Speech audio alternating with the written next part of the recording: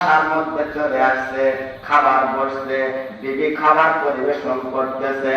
এমন সময় কে যেন দরজার মধ্যে ঠক ঠক আওয়াজ শুরু করেছে।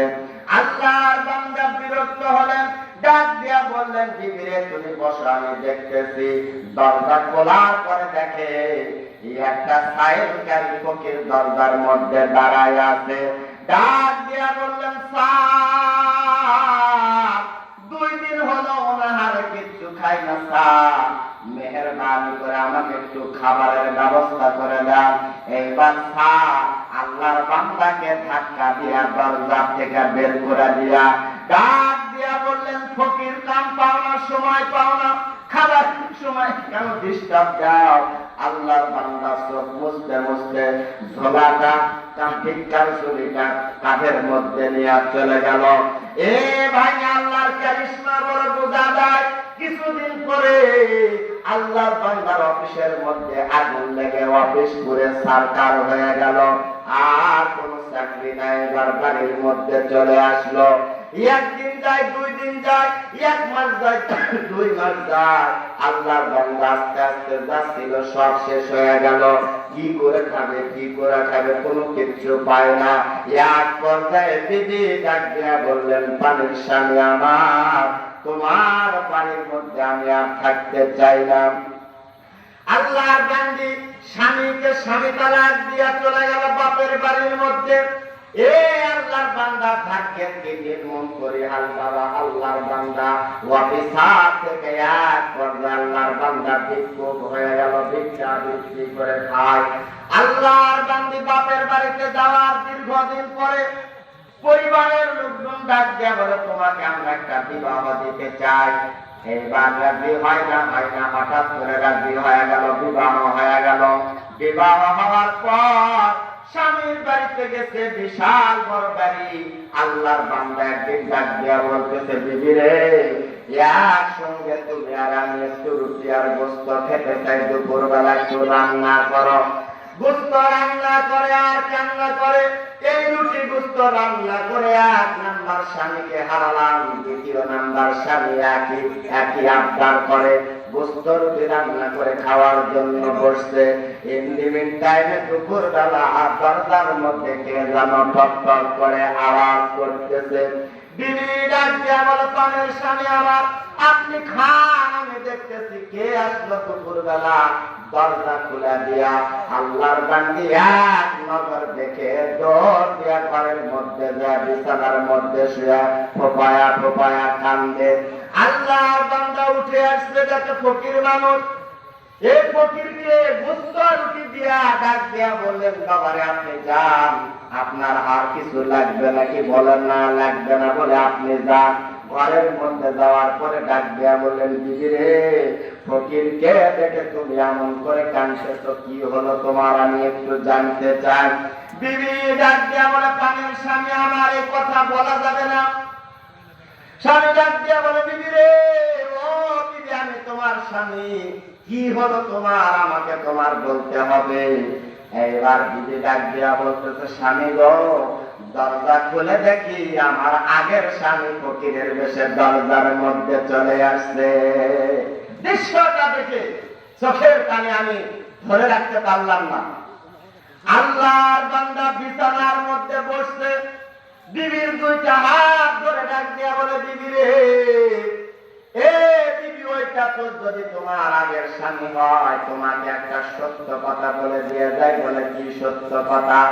ওইটা যদি তোমার আগের স্বামী হয়, তোমার স্বামী যে ফকিরকে ঘাড় ধাক্কা দিয়া বের করে দিছিল, আমি সেই ফকির, আজকের বড় লোক তোমার স্বামী।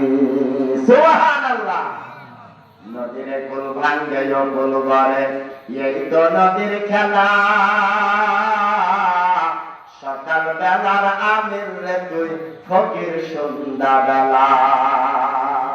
আজকে টাকা আছে, আরেকদিন আপনার টাকা নাও থাকতে পারে, কিন্তু ফকির মিসকিন সাহেবকারীকে আপনি ধমক দিতে পারবেন না। খুব কৃপণ, জীবনে কোনোদিন দান সজ্জা করে না, জীবনে কোনোদিন দান সজ্জা করে না। এই চিকিৎসার অভাবে ওনার বিবি মারা গেছে। এমন কিপটার কিপটে এক লোকে গরু আপনার ওই বেলের গাছ তলে দিয়েছে, যারা ওই বেল মুখের মধ্যে দিয়ে খাওয়া শুরু করছে, বেলটা পিছলা গলার মধ্যে আটকে গেছে। তো এই তো কিপটা, তো বাড়ির লোকজন বলতেছে ডাক্তারের কাছে যাও, যা পরামর্শ না, গরু বাঁচার লাগবে। তো বলতেছে ডাক্তারের কাছে গেলে টাকা লাগবে, ডাক্তারের কাছে যাওয়া যায়। তো ফ্রি ট্রিটমেন্ট নেওয়ার জন্য গেছে। হাতুড়ে এক ডাক্তার পরামর্শ দিতে, শোনো, গরু যখন ডাক্তারে শুবে না, তুমি একটা হাতুড় দিয়া জোরে করে একটা বাড়ি মারো। জোরে করে বাড়ি মারছে, বেল ভাঙা পেটের মধ্যে চলে গেছে। কিছুদিন পরে এর বইয়ের আবার গলার মধ্যে কাটা বাঁধছে। তো বউ করছে যে ইয়া গলা তো কাটা বাঁধছে, ডাক্তার কাছে চলো। কয় না, আমার কাছে গোপন একটা চিকিৎসা আছে, ওটা করলে তুমি সারা যাবে। বউ তো আর জানে না যে গোপন চিকিৎসা কি। তো বউ যখন রাতের বেলা ঘুমাইছে, এক হাতুড় দিয়া গলা নাচছে এক গাড়ি। বউ তো জায়গাতে ইন্না, ও এখন চিন্তা করছে কিরে, একই ওষুধ দিয়া একই চিকিৎসা দিয়া গরু ভালো হলো আর বউ মরলো। তো ফ্রি ট্রিটমেন্ট দিতে অজ্ঞাত হয়েছে, যাই ব্যাপার, একই চিকিৎসা দিয়া গরু ভালো হলো আর বউ মরলো, কারণ কি? আরে পাগলা, গরুর জন্য এটা ঠিক আছে, বইয়ের জন্য ঠিক নাই। আমি কি বলছিলাম যে তোর বইয়ের গলা কাটা বাঁধে হাতুড় দিয়ে বাড়ি মারি? এমন কিপটা বলতেছে যে ওই ছোট্ট একটা মেয়ে আছে, মেয়েই ভাত তরকারি রান্না করে, ঘর বাড়ি দেখাশোনা করে। তো বলতেছে আমি একটু কাজে গেলাম, বাড়ি ঘর দেখে রাখে। দুপুর বেলা ফকির আসছে, আসা মানে এই ফাইল করছে। তো এই বেটি করছে কি, গোস্ত রুটি হাতের মধ্যে দিতে ফকির খাটে খাটে যাচ্ছে। এই লোকটা কাজ করে আসার সময় দেখি রে, গোস্ত রুটি খাটে খাটে ফকির যায়, কালো কোথায়? তো জিজ্ঞাসা করছে কায়লা করবো। তো ফকির বলতেছে ওই পাশে যে 2 তলা বাড়ি আছে না, ওই বাড়িওয়ালাতে একটা ছোট্ট মেয়ে আছে, ওই মেয়েটা আমাকে খাওয়ার জন্য দিতে, ওর মা মারা গেছে, মায়ের জন্য দোয়া চাইছে। আর কিছু বাড়ি বাড়িতে আসে। আসার পরে ধারালো একটা চাকু হাতের মধ্যে নিয়ে পিছনের দিকে লুকায় রাখছে। বেটিকে বলতেছে তুমি কি ওই সাহেবকারী এই গরিবকে ফকিরকে তুমি কি দান করছো? বলে যে হ্যাঁ দান করছিলাম, তো মা মারা গেছে, মায়ের রুহের মাগফিরাতের জন্য দান করছি। বলে কোন হাত দিয়া? হাতটা যেই মাত্র বাড়িয়ে দিচ্ছে, প্রিয় ভাইয়ের আমার পাষণ্ড বাপ এই ধারালো চাকু দিয়ে এত করে আঘাত করছে, হাতটা 2 খণ্ডিত হয়ে মাটির মধ্যে পড়ে গেছে। আল্লাহর বান্দে হাতটা ফেলে রেখে জীবন বাঁচানোর জন্য ঘর থেকে দৌড় দিয়া ছুটে চলে গেছে। প্রিয় ভাইরা আমার, বন্ধুরা আমার, গ্রাম থেকে এলাকা থেকে অনেক দূরে চলে গেছে, রাস্তার পাশে বৈশা বৈশা কান্দে। একজন মানুষের দৃশ্যটা দেখে এই মেয়েকে বাড়ির মধ্যে নিয়ে গেছে। সব শোনার পরে বলতেছে মা, আমার কোনো মেয়ে নাই, সন্তান নাই, আজকের থেকে তোমাকে আমি লালন পালন করবো, তুমি আমার বাড়ির মধ্যে থাকো। এ ভাইয়া, আল্লাহ বান্দি এই মানুষের বাড়ির মধ্যে খুব যত্ন সহকারে মানুষ হতেছিল। প্রিয় ভাইরা আমার, একদিন চলে আসছে, তার বাড়ির মধ্যে মেহমান চলে আসছে। মেহমানদের মধ্যে একটা যুবক আছে, যুবক অবিবাহিত। এই যে সুন্দরী মহিলা, এই বেটিকে দেখার পর যুবকের বড় পছন্দ হয়ে গেছে, আর কোনো কথা বলার সুযোগ নাই। পছন্দ যেই মাত্র হয়েছে, সঙ্গে সঙ্গে বিবাহ করে ফেলছে। জানে না তারা হাত কাটা। এ ভাইয়া, হাত কাটা বিবিকে নিয়ে বাড়ির মধ্যে গেছে। রাত যখন হয়ে গেছে, বাসর ঘরের মধ্যে ঢুকছে। একটা থালার মধ্যে অনেকগুলা খাবার নিয়ে ঘরের মধ্যে ঢুকা বিবিকে সালাম দিছে। বললেন বিবিরে, ও প্রাণের বিবি, অনেক দিন থেকে আমার ভিতরে একটা আশা, একটা লালসা আমি পালন করতেছিলাম। বলে কি আশা? বলে বাসর রাত্রে সর্বপ্রথম তোমার হাত দিয়া খানা খেয়ে আমার জীবনটা শুরু করতে চাই। আল্লাহ বান্দি কান্দে, দর দর করে চোখ দিয়া পানি পড়তেছে, আর কান্দতেছে। স্বামী ডাক দিয়া বলে বিবি রে, ও বিবি, আমার মনের মধ্যে একটা আশা, তোমার হাতে প্রথম লোকমা খাবারকে জীবন শুরু করব। বিবিরে কেন তুমি কান্দ আমি জানি না। আল্লাহর বান্দি মাথাটা নিচের দিকে দিয়া আল্লাহর বান্দি কাঁদতেছে আর কাঁদতেছে, আল্লাহর কাছে আরজি জানাই, আল্লাহ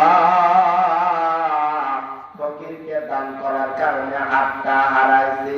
ও মেরে মাওলা, আমার স্বামী জানে না আমার হাত নাই, আমার রূপের মুগ্ধ পাগল পারা দিশে হারাম। আল্লাহ এই দানটা যদি তোমার রাস্তায় করে থাকি, নেক আমলের নিয়তে এইটা যদি নেক কাজ হয়ে যায়, মেহেরবানি করে স্বামীর কাছে আমাকে দায়িত্বটি করো, একটা ব্যবস্থা করে দাও। ভাইয়া দোয়া কবুল হয়ে গেল। আমার আল্লাহ ডাক দিয়া বললেন, ফেরেশতা জান্নাতের মধ্যে যায়, একটা হাত নিয়ে জান্নাত থেকে একটা হাত নিয়ে আমার বান্দির হাতের মধ্যে লাগায়া দাও। ফেরেশতা হাত নিয়ে হাতের মধ্যে যেই মাত্র লাগায়া দিতে, আল্লাহর বান্দি কাপড়ের মধ্যে হাতটা নাড়াচাড়া করে আর সামনে হাতটা বের করে দিয়া খাবার সুন্দর করে লোকমা বানায় স্বামীর মুখের মধ্যে দিবে।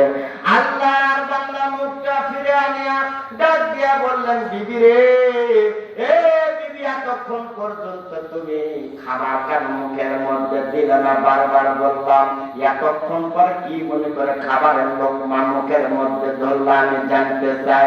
আল্লাহর বান্দা হাওমাও করে কান্দে আর ডাক দিয়া বলে, স্বামী গো, আমার রূপে তুমি পাগল করা দিশেহারা, তুমি জানো আমার একটা হাত নাই। স্বামী গো, বাপের বাড়িতে দান করার কারণে আমার হাতটাকে হারাইছিলাম। আল্লাহর কাছে আমি রুনাজারি করেছি, আল্লাহ স্বামীর কাছে আজকের প্রথম রাত বরকতের রাতে তুমি আমাকে দায়িত্বটি করো না। ওই দানের ওসিলা দিয়ে আমার আল্লাহর কাছে যখন আরজি জানাইছি, আল্লাহ আমার কাটা হাতকে সুন্দর করে ভালো একটা হাতের ব্যবস্থা করে দিয়েছে। জোরে বল সুবহানাল্লাহ।